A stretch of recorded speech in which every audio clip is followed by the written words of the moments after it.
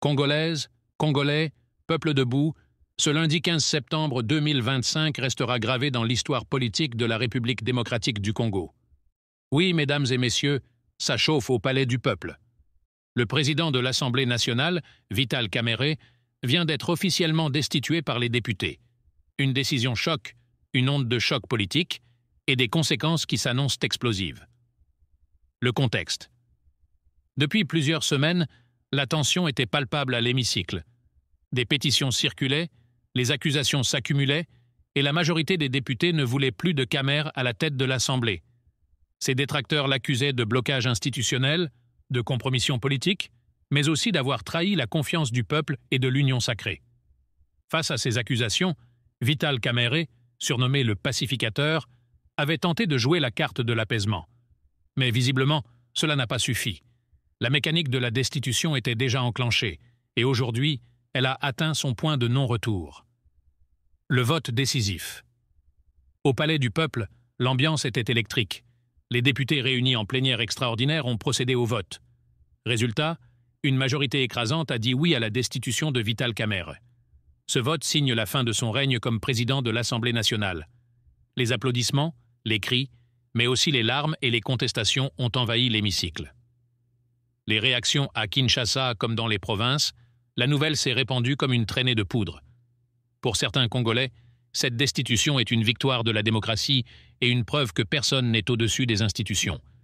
Pour d'autres, c'est une humiliation pour un homme qui a pourtant joué un rôle clé dans l'accession au pouvoir de Félix Tshisekedi et qui se présentait comme un pilier de l'Union sacrée.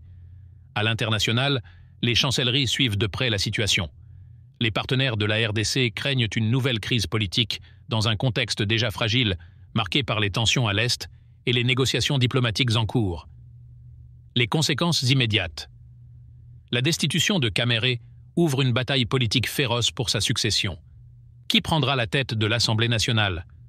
Déjà, plusieurs noms circulent dans les couloirs du Palais du Peuple.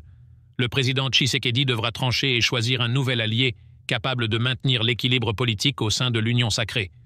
Mais attention, la chute de Kamerhe pourrait provoquer des fractures internes. Ses fidèles menacent de se retirer du bloc présidentiel, ce qui fragiliserait la majorité. La RDC entre donc dans une zone de turbulence politique. L'avenir de Vital Kamerhe. Et maintenant, que devient Vital Kamerhe? Certains analystes estiment qu'il pourrait revenir sur la scène autrement, peut-être en candidat à la présidentielle de 2028.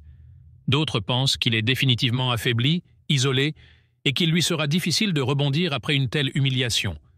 Chose certaine, l'histoire retiendra que cet homme, jadis considéré comme un maître stratège politique, a perdu le perchoir dans des conditions brutales.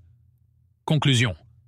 Peuple congolais, le 15 septembre 2025 marque un tournant.